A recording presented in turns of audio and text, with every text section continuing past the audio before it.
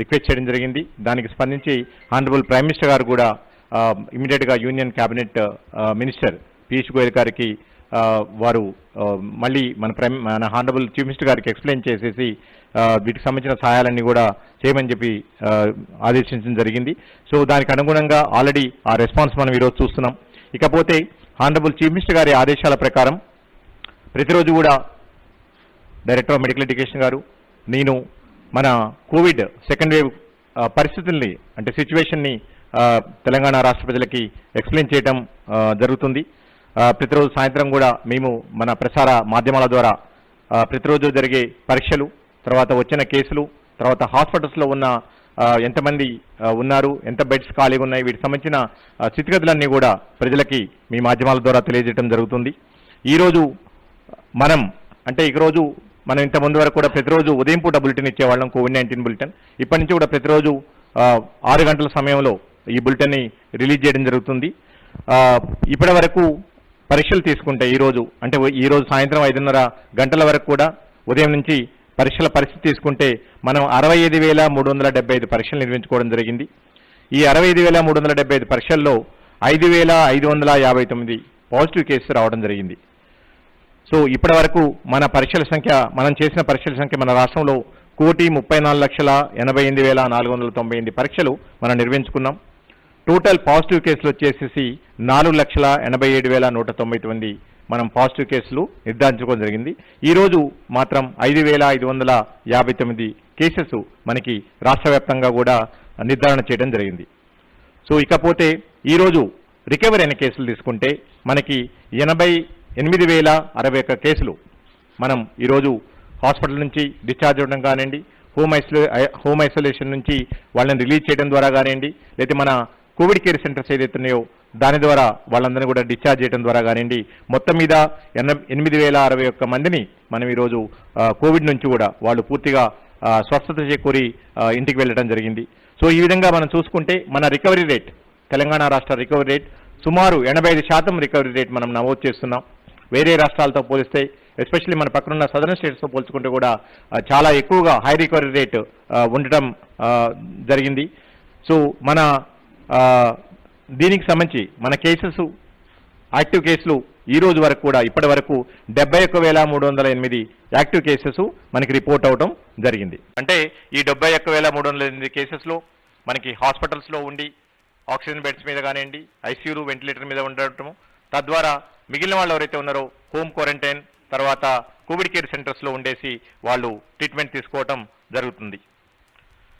So beds పరిస్థితి చూసుకుంటే మన తెలంగాణ రాష్ట్రంలో ఈరోజు సాయంత్రం 5:30 గంటల వరకు మొత్తం మీద మన రాష్ట్రంలో అన్ని రకాల బెడ్స్ అంటే regular beds, oxygen beds, intensive care unit beds తీసుకుంటే మొత్తం 53,527 బెడ్స్ ఉండడం జరిగింది. దాంట్లో 28,170 బెడ్స్ ఆక్యుపై చేసుకోవడం జరిగింది. ఇంకా కూడా 25,355 బెడ్స్ ఖాళీగా ఉండడం జరిగింది.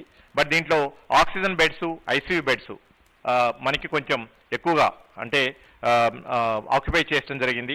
ఈ రేషియో ప్రకారం మనం తీసుకుంటే గవర్నమెంట్లో రెగ్యులర్ బెడ్స్ వచ్చేసేసి 25% ఆక్యుపెన్సీ ఉన్నది, ఆక్సిజన్ బెడ్స్ వచ్చేసేసి 66% ఆక్యుపెన్సీ ఉన్నది, ఐసీయూ బెడ్స్ మన ఆక్యుపెన్సీ వచ్చేసేసి 73%.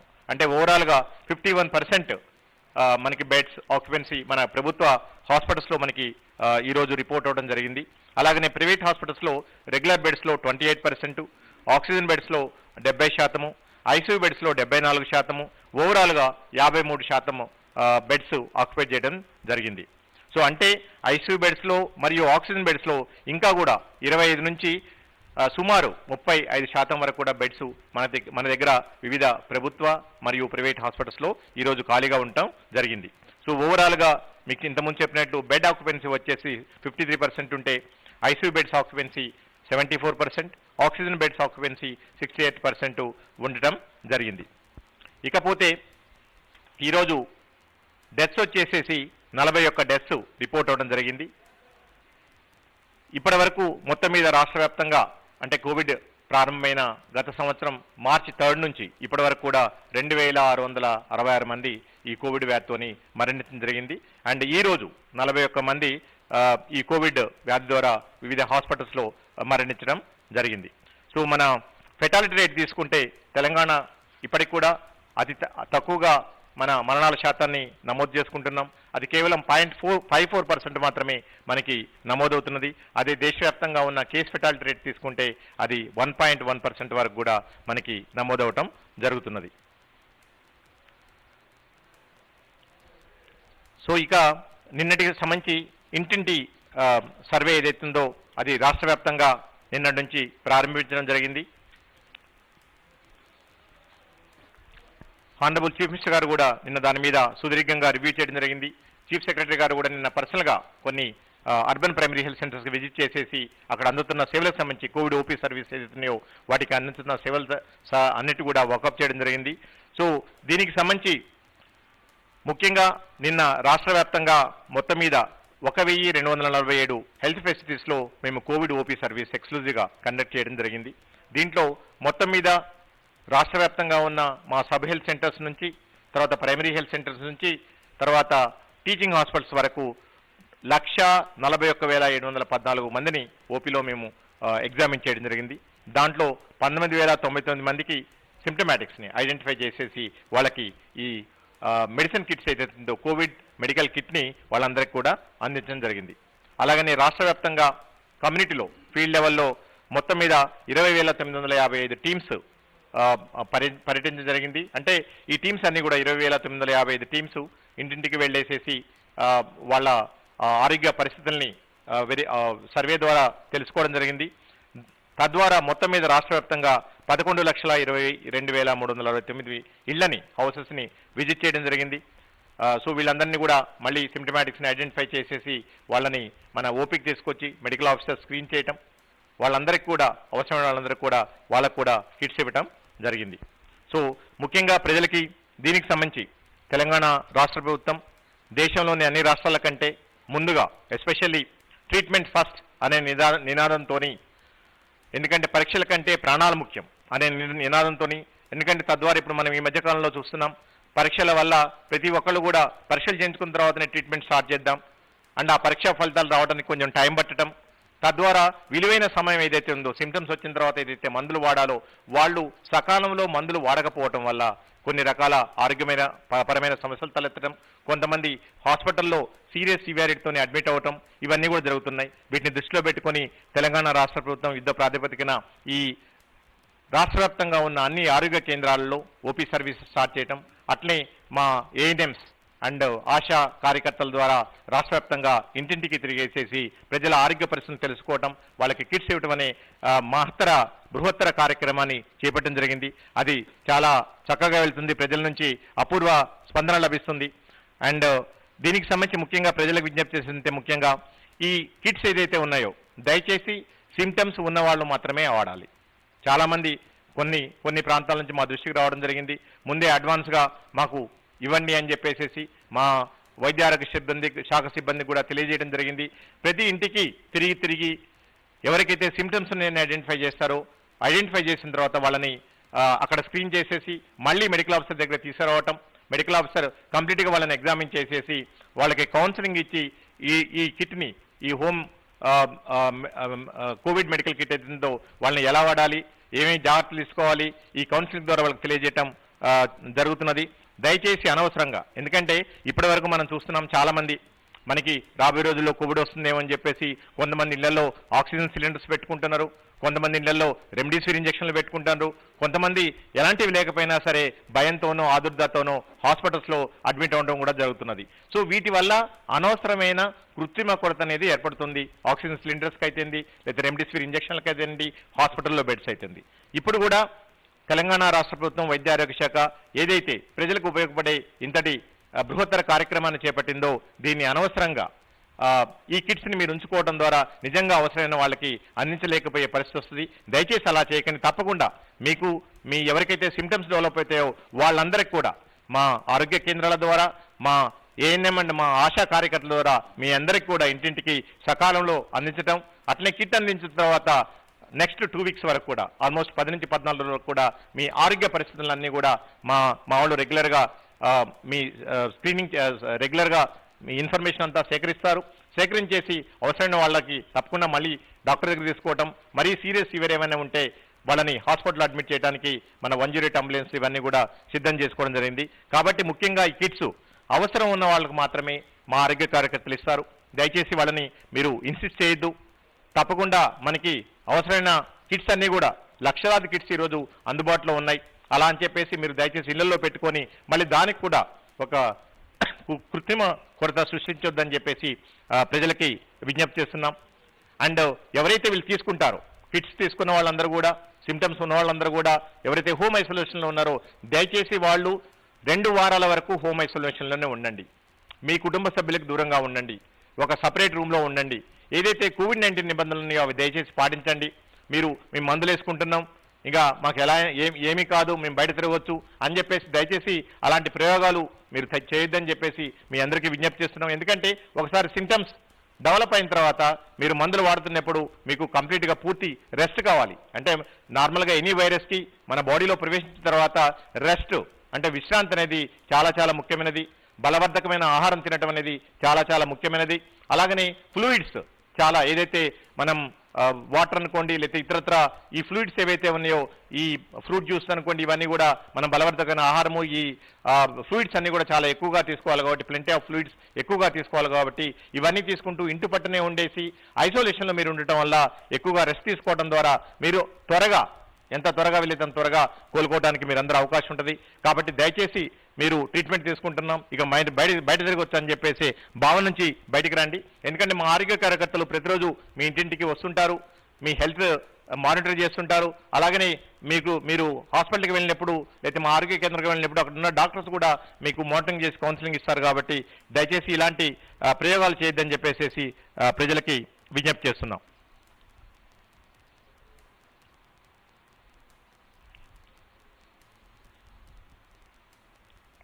ఇకపోతే ఈ వ్యాక్సినేషన్ సంబంధించి ఆల్రెడీ నిన్నటి వరకు ఏదైతే వ్యాక్సినేషన్ ప్రోగ్రామ్ ఉందో దానికి సంబంధించిన ఇన్ఫర్మేషన్ అంతా కూడా ఇవ్వడం జరిగింది.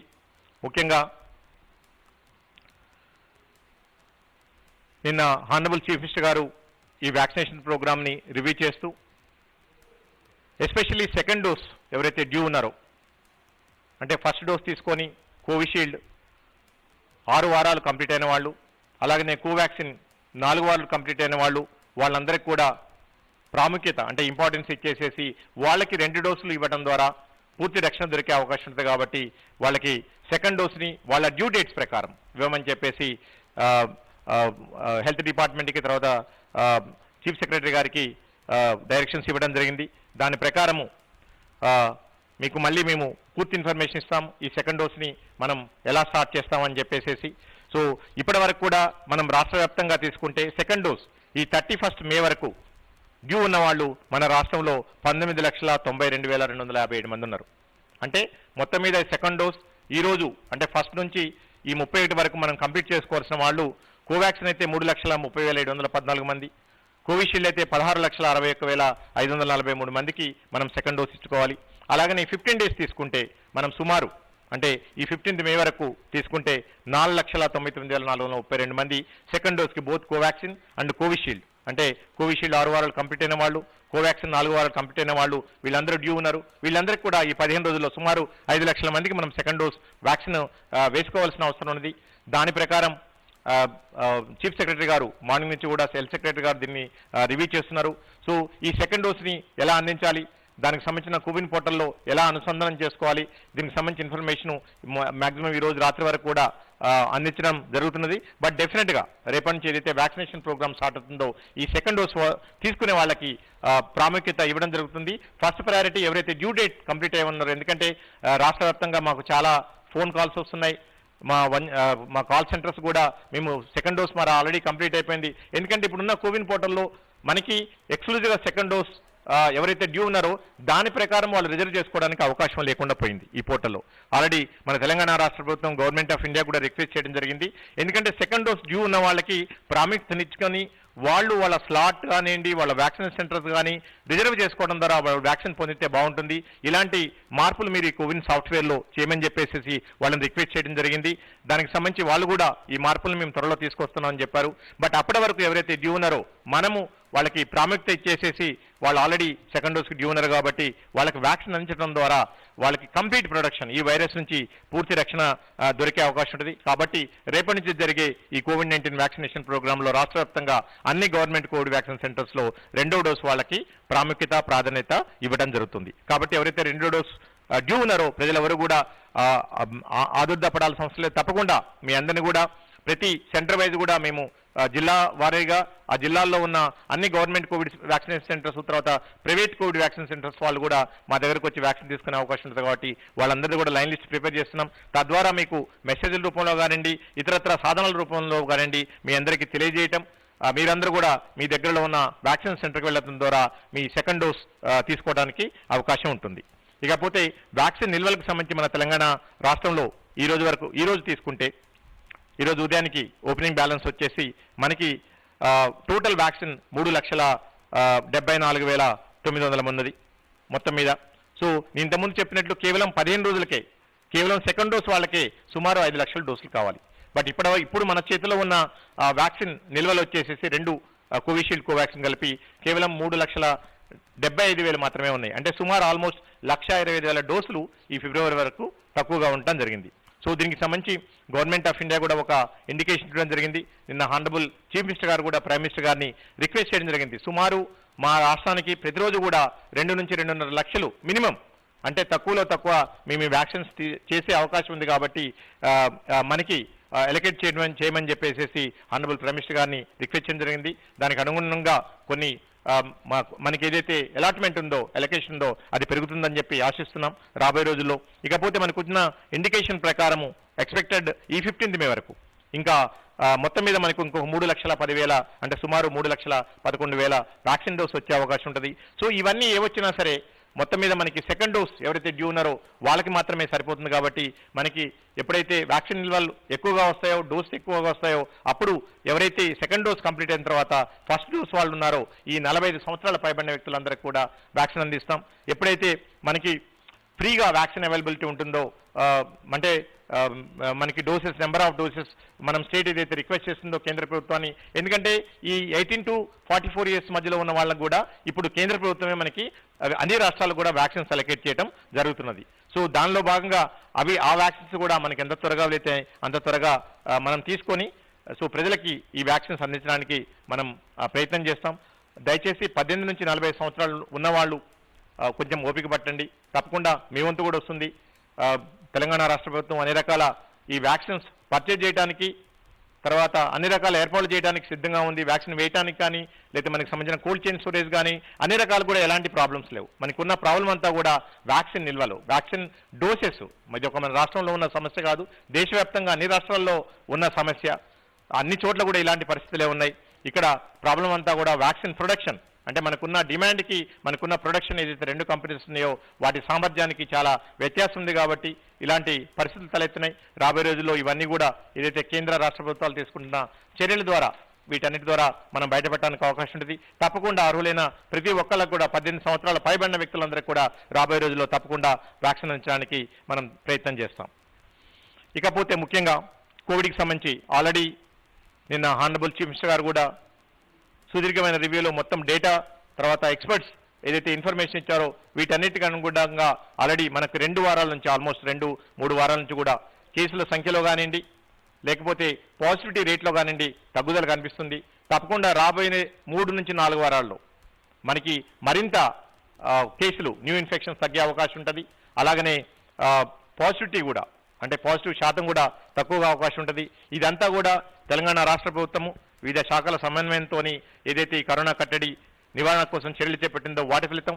అలాగనే ప్రజలు ఏదైతే కోవిడ్-19 నిబంధనలు పాటించాలో అవి అందరూ కూడా తూచా తప్పకుండా రిలీజియస్గా పాటించడం వల్ల ఈరోజు ఈ పరిస్థితులు మనం చూస్తున్నాం. ఫైనల్గా ముఖ్యంగా ప్రజలకు విజ్ఞప్తి చేసేదంటే ఇంకా కొద్ది వారాలు మనం అందరం ఓపిక పట్టాలి. ఇప్పటికే మీరు చాలా జాగ్రత్తలు తీసుకుంటున్నారు.